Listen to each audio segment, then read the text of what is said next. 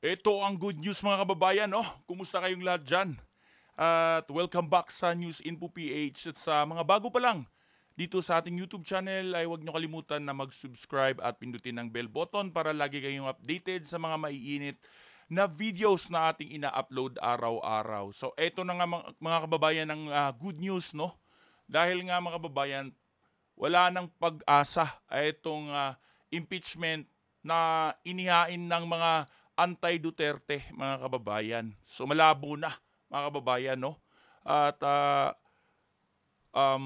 nawala ng pag-asa ng mga kababayan. Itong nagsampa ng kaso ng 3 impeachment complaint para kay VP Sara Duterte. Dahil nga mga kababayan, ilang panahon na ang lumipas at hindi na umuusad talaga, no? Wala na ng interes ang ibang mga politiko, mga kababayan, dahil nga siguro nahimasmasan, na, natakot, mga kababayan, sa mga pangyayari. Parang dama na rin ng taong bayan, no? Damang-dama na natin ng pagbaliktad ng kaldero, mga kababayan.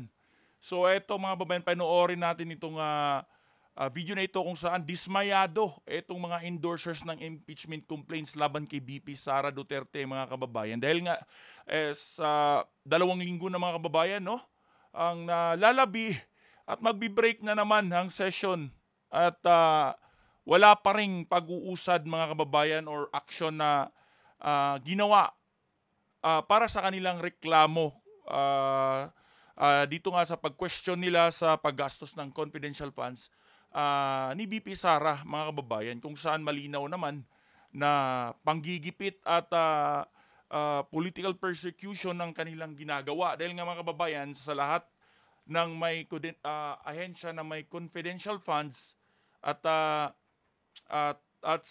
si VP Sara lang, no, ang ahensya lang ng DepEd, etong binabanatan nila, mga kababayan. At doon naman kitang-kita naman natin, mga kababayan, kung sino yung pinakamalaking ginastos, no, nung nakaraang taon, mga kababayan, at walang iba kundi si President Bongbong Marcos. So eto, mga kababayan, huwag na nating patagalin pa, sabay-sabay nating panoorin ng video na ito. Mga endorser ng ikalawang impeachment complaint, naniniwalang malaki ang epekto ng pahayag ni Pangulong Bongbong Marcos Jr. kaugnay ng issue. Matatanda ang ipinahayag ni PBBM na pag-aaksaya lamang umano ng oras ang pagsasampa ng impeachment complaint laban kay VP Duterte. Ayun, mga kababayan, no? Pag-aaksaya lamang ng oras, yan ang sabi ni President Bongbong Marcos, pero inihain pa rin nila at ito lang nagpapakita ng wala silang respeto sa ating Pangulo, no, mga kababayan. Matapos sabihing hinihintay niya ang ika-4 na impeachment complaint laban kay Vice President Sara Duterte kaugnay ng paggastos ng confidential funds nito. Walang tugon si House Secretary General Reginald Velasco sa araw-araw na pagtatanong ng media kaugnay ng kahihinatnan ng mga nakabinbing reklamo sa kanyang tanggapan. Sa uling panayam sa House official noong January 14, ang 4th impeachment complaint umano ang hinihintay niya upang maaksyonan na ang mga naunang inihaing reklamo. Pero dismayado na ang ilang endorsers at complainants sa Dismayado na daw sila, mga walang kababayan. aksyon ng Office of the Secretary General. 2 linggo na lang kasi ang nalalabi at muling magkakaroon ng break sa sesyon ang Kamara. Si Kabataan Party List Representative Raul Manuel, isa sa mga endorser ng ikalawang impeachment complaint, naniniwalang malaki ang epekto ng pahayag ni Pangulong Bongbong Marcos Jr. kaugnay ng issue. Matatanda ang ipinahayag ni PBBM na pag-aaksaya lamang umano ng oras ang pagsasampa ng impeachment complaint laban kay VP Duterte. Pag-aaksaya lang talaga ng oras yon. Ito ay actually disservice sa naunang 3 impeachment complaints. Tingin natin naging crucial factor talaga dito ang remarks ng nakaupong Pangulo. Knowing na yung mga remarks niya ay nakaka-impluwensya dun sa mga colleagues natin sa loob ng Kamara. Ang abogado naman ng complainant sa ikatlong reklamo, dismayado sa kawalang aksyon ng Kongreso. We are frustrated because Congress should have acted immediately on this impeachment complaint. Magsasagawa na ng mga pagkilos ang mga endorser at complainant upang kalampagin ang Kamara. Magsasagawa na lang daw sila ng pagkilos, mga kababayan, upang kalampagin ng Kamara. Di ba gumawa na kayo ng pagkilos Matatandaan natin mga kababayan, nagsagawa din ng rally. Etong mga to, mga kababayan, no? Ngayon nga sa kanya, pinagmayabang nilang Buelta at Resback nila sa ginawang rally nung INC. Parang nilangaw nga sila mga kababayan. Wala man lang nakialam sa rally nila. So, yan yung ba yung sinasabi nilang majority sa mga Pilipino ang gusto nang ipa-impeach? Baliktad ata ang sitwasyon. Kasi ayun, nakitang-kita na ebidensya ang magsasabi, mga kababayan. Yung ginawa pa lang ng INC, sila pa lang yun, halos 2 milyon ang nag-attend. At kita nyo naman kung gaano kadami mga kababayan. Kabinbing impeachment complaints.